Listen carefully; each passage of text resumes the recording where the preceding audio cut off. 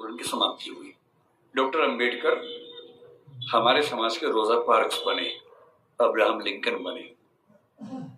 और अगर आपको लगता हो कि आपका जीवन खराब है, एक और घटना से अंतिम बात करके समझ लें। अमेरिका में जब समानता आई तो स्कूल शुरू हुए और श्वेत बच्चे बोले हम भी स्कूल जाएंगे। कुछ कुछ अंबेडकर जी की याद आपको आएगी इस घटना से। अब श्वेत बच्चे स्कूल जाएंगे, ये तो वहां के संविधान में लिखा हुआ था। तो वहां की सरकारों ने क्या रास्ता निकाला, कुछ स्कूल श्वेतों के लिए कुछ अश्वेतों के लिए बना दिए। मामला सुप्रीम कोर्ट में गया कि भाई ये क्या समानता है, हम भी उसी स्कूल में पढ़ेंगे। तो सुप्रीम कोर्ट ने फैसला दिया कि नहीं, समानता का मतलब सिर्फ इतना है कि आपको स्कूल मिलेगा, अच्छी गुणवत्ता का मिलेगा, लेकिन अगर अलग अलग स्कूल है तो इसमें कोई दिक्कत नहीं है।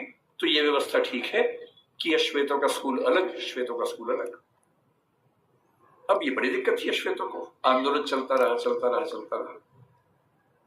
1954 में जब आंदोलन चल रहा था ये वाला, सुप्रीम कोर्ट अमेरिका का, उसको भी लगा कि अब समय बदल रहा है और अमेरिकी सुप्रीम कोर्ट ने एक नया फैसला दिया, ब्राउन का मामला कहते हैं, और उसमें उसने घोषणा की कि समानता का जो 14th अमेंडमेंट की समानता उनके यहाँ है, उसके तहत समानता का सही मतलब ये है कि जिस स्कूल में श्वेत बच्चे पढ़ेंगे उसी स्कूल में उसी क्लास में अश्वेत बच्चे भी पढ़ेंगे।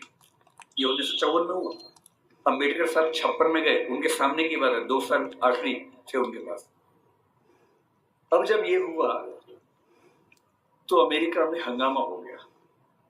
श्वेत समुदायों ने इतना हंगामा किया, अपने शहर तक बदल लिए ताकि एक ऐसे जगह जाके रहें जहां केवल श्वेत लोग रहते हो, उनके स्कूल में केवल श्वेत लोग पढ़ें।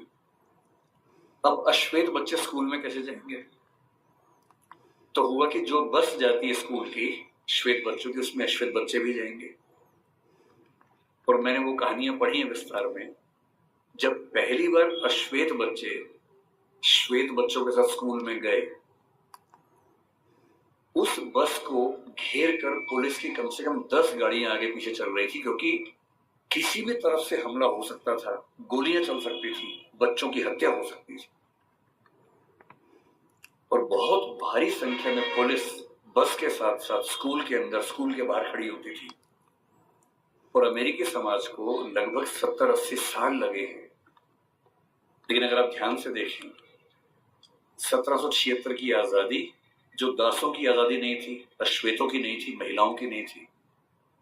1866 में दासों की मुक्ति जो महिलाओं की नहीं थी, अश्वेतों की नहीं थी। 1950-55 के आसपास महिलाओं और अश्वेतों की मुक्ति